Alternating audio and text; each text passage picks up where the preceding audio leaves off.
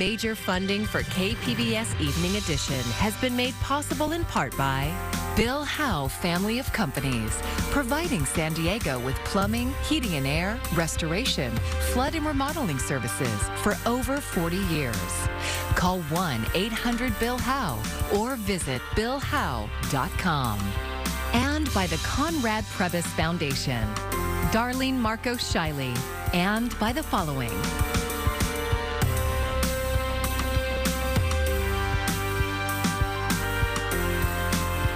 And by viewers like you. Thank you. 1 week away from default. Thanks for joining us. I'm John Carroll in for Maya Trabulsi. House Speaker Kevin McCarthy appears set to send members home for the holiday weekend without a debt deal in place. As negotiations continue, members of both parties have expressed concerns about possible concessions. Chris Nguyen has the update from Capitol Hill.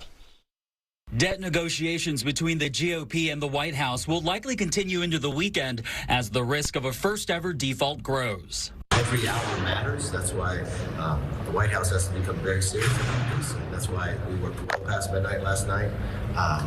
The team they have is very professional, very bright. They know where the differences are. We're going to work 24/7. Negotiators are trying to make progress on a handful of issues, including cutting federal spending, which remains a major sticking point.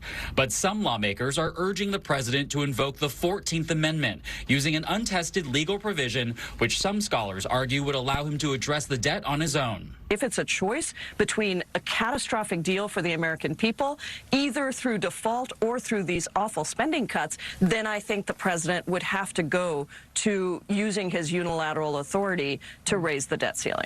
Treasury Secretary Janet Yellen has said it's likely that the U.S. Treasury will not be able to pay all of its bills in full and on time as soon as June 1st. If we go into default mode, the rest of the world's going to know that we're not good for our word. Meanwhile, warning signs are popping up, including a top credit rating agency signaling Wednesday it could downgrade the U.S. debt rating if lawmakers don't act soon enough. Defaulting on our national debt is not an option, and it's time for Congress to act now. The negotiations we're having with Speaker McCarthy is about the outlines of what the budget will look like, not about default. Chris Nguyen, KPBS News. A North County company that owns Swami's Cafe and Honey's Bistro is facing a federal civil rights lawsuit over sexual harassment allegations. KPBS North County reporter Alexander Nguyen spoke to a former employee. The suit filed in federal court last week alleges that the company has had a pattern of hiring teenage girls as young as 16 years old based on their appearance and vulnerability. The most serious allegations are against Swami's Cafe Encinitas manager John Nolan. The EEOC says he created a hostile work environment by inappropriately touching young female employees and making sexual comments. A former worker at Honey's Bistro says that was the culture at the company. We are not identifying her because she fears retaliation. Within the kitchen staff, especially with the dishwasher, there was lots of touching. Different times, there was a time he tried to kiss me, and we actually had a female GM who didn't really step in to do anything. She worked there from June to August last year and was let go, she thinks, because she spoke out and also raised other issues, including health code violations. She is considering her own lawsuit against the company. And I was let go with no real reason, but then I received a termination letter that said that I was let go for misconduct, insubordinance. The EEOC suit alleges the company would retaliate against workers who rebuffed unwanted sexual advances or spoke out. In a statement to KPBS, Swami's Cafe says the company denies the allegations and will vigorously defend against this lawsuit. We are looking forward to presenting our defense in court. In addition to Honey's Bistro, the company also owns Swami's Cafe. The suit seeks monetary damages for the alleged victims and an injunctions against Swami's to prevent future discrimination. In the newsroom, Alexander Nguyen, KPBS News. An investigation launched after the death of a Navy SEAL in San Diego has revealed flaws in the training program. That was revealed in a report compiled by the Naval Education and Training Command released today. It concluded that medical oversight and care were poorly organized, and the use of performance-enhancing drugs increased the risk of injury and death. The report said if the shortcomings had been addressed, Navy SEAL Kyle Mullen's death may have been prevented. It recommends better testing for steroids and other banned drugs. The unofficial start to the summer travel season is kicking off today. Forecasters are predicting near-record travel for this Memorial Day weekend. And if you're hitting the road, Karen Kafa has tips and tricks to take on the traffic. From backyards to beaches. The roads are going to be very crowded. AAA is expecting this to be the third busiest Memorial Day weekend since it started crunching holiday travel stats back in 2000, as Americans kick their summer vacations into high gear. We are projecting about 37 million people are going to be going by car for this Memorial Day travel period. A key factor driving people to car travel, lower gas prices compared to last year. Right now, we're hovering in the $3.50, $3.55 range for gasoline prices for the national average. So that's very advantageous for people who are going to be going by car this year. And if you've gone electric, there are some key benefits to road tripping with your EV. They're quiet, they're fun to drive. You tend to have a lot more space for people and things. Although most electric cars can travel over 200 miles when they are fully charged, there's power in planning. Making sure that whatever app you use, either in your vehicle or on your phone to tell you where charge points are, making sure that that's updated is really important. No matter how your car is powered, you can best maximize your fuel economy by sticking to the speed limit and ensuring your tires are properly inflated. But even with cheaper gas or no gas at all, every road trip comes with headaches. Just know that you will eventually get from point A to B. Just this year, since everybody has the same idea, it may take you a little longer. An important reminder to keep your cool as summer travel heats up. In Washington, I'm Karen Kafa. A major neighborhood transformation is just beginning. The Convoy Street corridor in Kearny Mesa is well known for its many Asian-owned businesses. Now there are plans to bring housing and more visibility to the community. KPBS reporter Melissa May has the story. Blessed the project that is about to take place here. Representatives of the Kumeyaay Nation joined community leaders today to give a blessing for the planned revitalization of the Convoy Asian Cultural District. San Diego Mayor Todd Gloria and San Diego City Council member Kent Lee also took part in a very special tea pouring ceremony as an offering to ancestors and blessing of the land, where a 531-unit apartment and mixed-use building is set to be built. I think housing is really important for every neighborhood. I think when we think of many of our core neighborhoods in San Diego that have sort of grown in their identity, having residents living there is a critical part of it. To take the Convoy District to the next level, to provide revitalization that will bring even more people, support the small businesses here, and further the cultural identity for this community. Along with more housing, other parts of the district will be upgraded too, including the 3.4 miles of roads. We will start construction on one of our biggest road repair projects yet, the full repaving of Convoy Street. And when I say full, I'm not lying. From State Route 52 all the way to the 163 in Kearny Mesa Road, the entirety of this street will be completely rebuilt. And the parking situation is being addressed too. We know that parking has always been a challenge within the region. The city is working on a new Convoy parking district that we envision as a way to really think about how we move around the area. All of these improvements are part of the Kearny Mesa Community Plan that is helping to transform the area from a business focus into a community where people will live, work, and play. And that will help to support many of the local small businesses here, many of which are immigrant, refugee-owned, and we hope that that really continues to really propel the corridor to be one of the most exciting destinations for anyone to visit while in San Diego. Later this year, a new gateway sign is going to be put up in the Convoy District that will welcome the community and tourists, just like other iconic San Diego neighborhoods. Melissa May, KPBS News. Memorial Day means, among other things, more visitors at our beaches. Today, San Diego police and lifeguards are reminding everyone of some beach safety tips to keep in mind. Lifeguards encourage visitors to swim in areas near open lifeguard stations and check in with them throughout the day for the safest places to swim. One major new rule regards fire square use. Fires are now permitted only in city-provided fire squares. I guess we used to call those pits, meaning beachgoers can no longer bring their barbecues onto the beach or parks. Fire, when it's built on the sand, can heat up the sand underneath, and it can actually leave the sand hot for hours. Plus, people weren't properly disposing of hot coals, and so it was creating hazards for people that are barefoot on the beach. Lifeguards also recommend groups establish a designated meeting area. The theme for this year's San Diego County Fair is Get Out There. But before any fair goers can get out there, vendors and rides need to get in. KPBS North County reporter Tanya Thorne takes a look at the preparations. The San Diego County Fair doesn't open for a couple more weeks, but the fairgrounds are already an active scene. That's because a lot goes into getting everything up and running. We have setup, we have tear down, we have operation, we have transport, we have maintenance. Bruce Perlman is a ride owner from Santa Monica. He travels from fair to fair between February and October. It is a full-time job and an occupation. You know, we're doing a little maintenance on this ride right now. And, you know, we have people that are making sure that we're doing it right and so that everything is safe.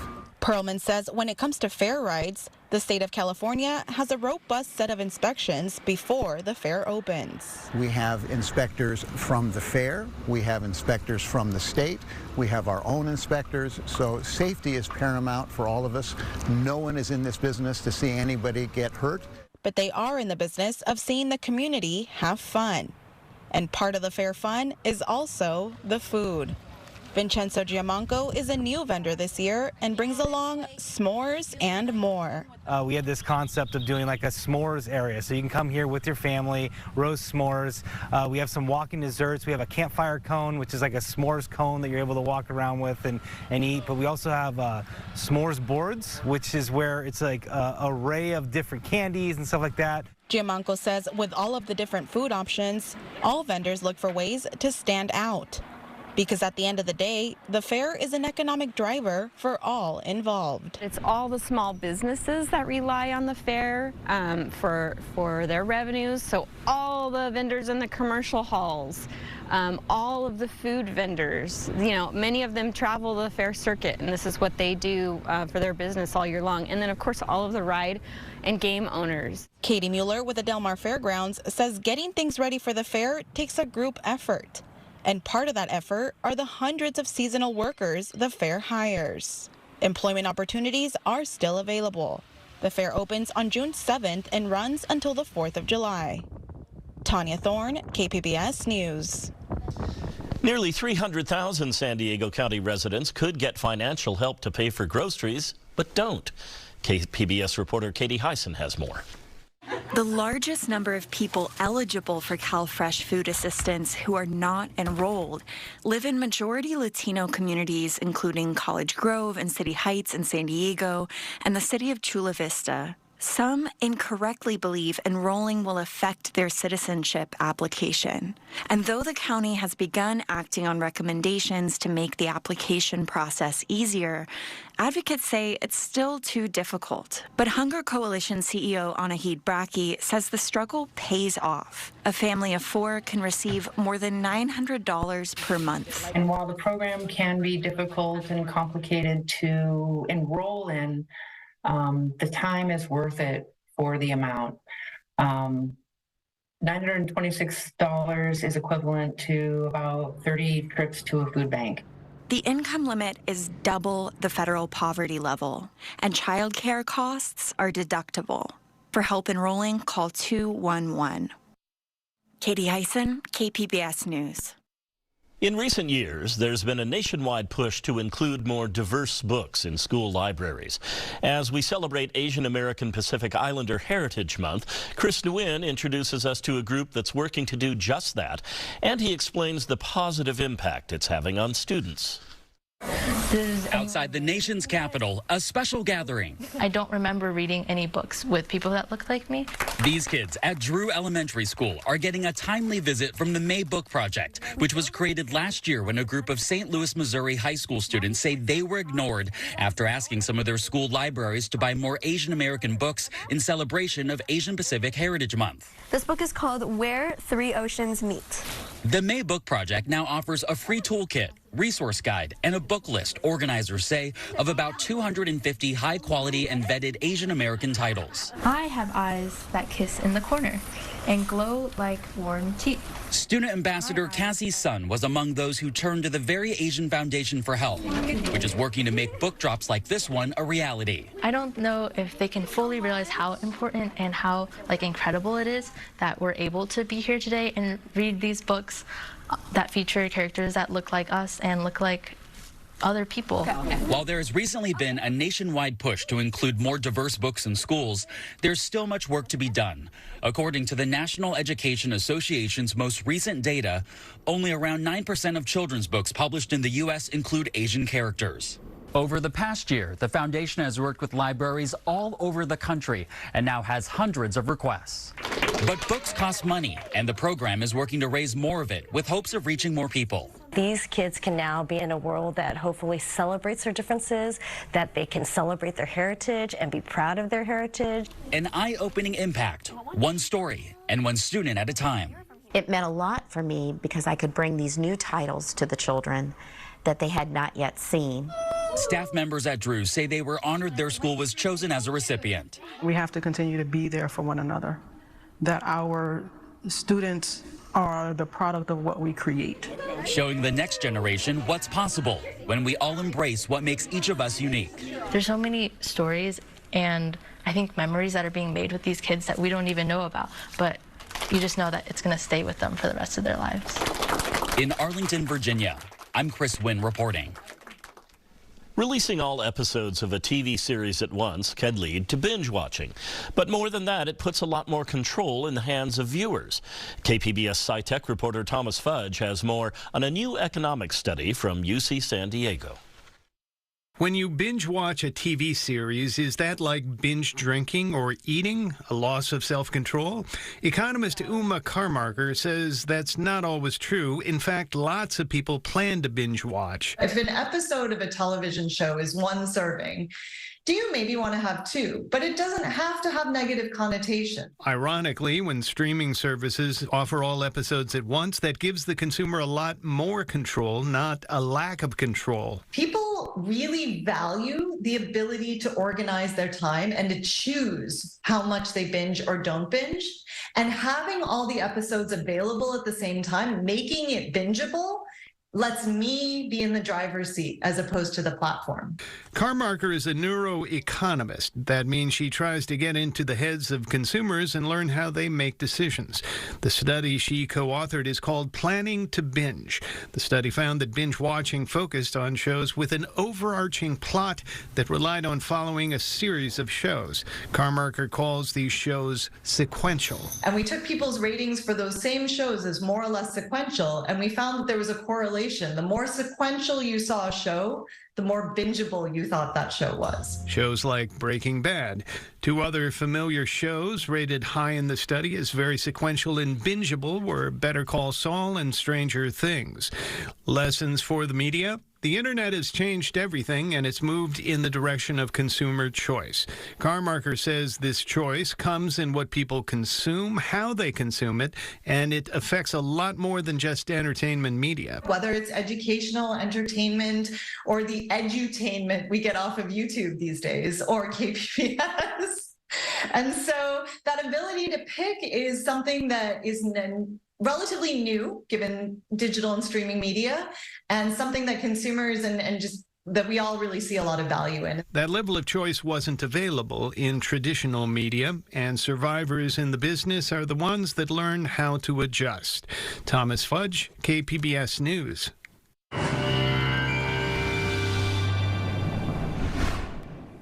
Our May Gray is still with us, and that will give way to June gloom as the weather pattern will be favoring the clouds and the cooler temperatures. So here's a look at our weather headlines. Still looking at gray skies and some mist around in the morning hours. Afternoon hours, we will have some sunshine breaking through, especially in the interior sections, but very limited at the coast. And over the weekend, we'll see a slight change in the weather pattern that will allow for just a little bit of warming before we start to cool off again by early next week. Overnight tonight in the metro area, low clouds. Our temperature will hover right around 57 degrees with the clouds. 54 in Oceanside, Chula Vista. At 56, Ramona cooling down to 49. Mount Laguna, 45 degrees for low tonight. Here's the way it looks on our futurecast. Well, there they are, low clouds overnight tonight, and see they're filling in the coast and the coastal valleys. And those clouds will be with us tomorrow morning, slowly starting to melt away as we take you through the afternoon hours. But some of those clouds will persist at the coast. Here's our forecast. Temperatures around 68 in Oceanside and Chula Vista. El Cajon hit 70, 68 Ramona, 90 in Borrego Springs, and Campo around 63. Now, we have seen a little bit of light measurable precipitation from the drizzle past couple of days. And take a look at the month of May into June. Notice we don't expect a lot of precipitation, but what we do get is mostly in the form of some drizzle or some very, very light rain with the May gray and the June gloom. Looking ahead, well, we see plenty of clouds will be with us through the weekend and into next week as we take you to the coast. Interior sections, clouds, then some sunshine. The temperatures will creep up into the lower 70s. And as we head our way into the mountains, it looks kind of cool here. Temperatures mostly in the 50s with clouds and sunshine. And in the deserts, temperatures will hover in the low 90s. And for KPBS News, I'm meteorologist Mark Mancuso. San Diego International Fringe Festival is heading into its final weekend. This year, there is only one bring your own venue, and that is at the Les Girls Theater. KPBS arts reporter Beth Accomando has this profile of the theater owner and fringe artist. Whenever I mention Les Girls Theater, I'm always surprised by how many people react with either moral outrage or snickering comments. Thanks to our efforts and not letting ourselves feel embarrassed or demeaned by the titters, we kept pursuing our mission, which was to speak out about what we think is societal injustice. That's Kata Pierce Morgan, the owner of Les Girls Theater, and she's here to shatter stereotypes. For one, she's proud of the fact that she and her late husband, James Morgan, actively fought against police corruption, abuses of power, and censorship from the platform of a strip club. That was a time of hair no Calcutta, and they were big deals up to the Supreme Court. We also had to go to court, and like Hair No Calcutta, we won. The judge actually came and saw the show and he said, well, you know, it may not be what I consider this or that, but it's legal. The show was Let It All Hang Out, and Morgan wrote the play for the opening of Les Girls Theater in 1970 in order to challenge restrictions on nudity. He came out to the audience and said, we're going to get rated, but if you want to be part of living theater history, stay where you are. And that's how it began. And Pierce Morgan has continued that fight and combined it with her artistic passions. So once again, she's created a new play for the BYOV, or Bring Your Own Venue, at Fringe. Well, what's so exciting about our venue is it's historic. It's at the legendary Les Girls Theater. And what I like about our show, Censored Hard, or any of the programs that we do through Golden Corpse Productions, is we are not silent bystanders. But Pierce Morgan felt like a silent bystander when she was 23 back in 1970. I came from UCLA, applied to dance for 1 month, and like any dancer in those days, I was hauled off to jail. No charges were pressed, but it was a very interesting experience for someone who was raised Catholic. And that was the beginning of her relationship with Les Girls and James Morgan. Now she's transformed Les Girls from being just a venue for adult entertainment to being a place for adventuresome theater goers. I'm mixing these audiences, and what was present at that time was the high heel footprint, the stripper energy, all that past. You could hear them clunk, clunk, clunk, clunk, clunk, walking across the stage. And for me, this is now the residence for Golden Corpse Theater. And yet we also have an adult show for 5 hours a day, only 5 days a week, that's 25 hours. Now the strippers have to contend with a 6-foot torture pillar prop from Censored Heart, tucked away on stage just a few feet from the dance pole. And on it were these rats, these amputated hands, these worms, all dangling from this torture pillar, which is relevant to our Asylum Act. And they're up there dancing and looking over and going, holy moly, is that a rat? Okay, in the interest of full disclosure, I gave Pierce Morgan that torture pillar. It was from my Hellraiser haunt, and she needed something to symbolize a repressive society. I really wanted to portray what was happening to the beatniks and in their incarceration, in their repression by a society that was judging them. Beatniks, asylums, torture pillars, societal repression? Pierce Morgan smiles and says Censored Heart is complicated. I mean, it's such a fantastical show. If you like jazz, you'll like this show. If you like poetry, you'll love it. If you like murder and mystery, you'll love it. That's exactly the kind of show Fringe embraces, and Pierce Morgan returns the love. This is from the intro to Act 4 of the show. It's a hung jury with resigned cynicism. Fringe artists still find beauty in maggots as they wiggle motifs of line and shade through society's dirt and decay. Where there is art, there is hope. That's Fringe for you. That's also the new energy Pierce Morgan is bringing to the legendary Les Girls Theater this weekend for San Diego Fringe. Beth Accomando, KPBS News. Here's a look at what we're working on for tomorrow in the KPBS newsroom. A backlash has prompted retail giant Target to remove some items that were part of its Pride Month collection. NPR Morning Edition has more on the attacks nationwide against the LGBTQ+ community and Target employees. And KPBS Roundtable is diving into the San Diego Commission on Police Practices, why its work was stalled for so long and how it's moving forward now. You can find tonight's stories on our website, kpbs.org. Thank you so much for joining us. I'm John Carroll. Have a great evening. Major funding for KPBS Evening Edition has been made possible in part by Bill Howe Family of Companies, providing San Diego with plumbing, heating and air, restoration, flood and remodeling services for over 40 years. Call 1-800-BILL-HOWE or visit billhowe.com. And by the Conrad Prebys Foundation, Darlene Marco Shiley, and by the following.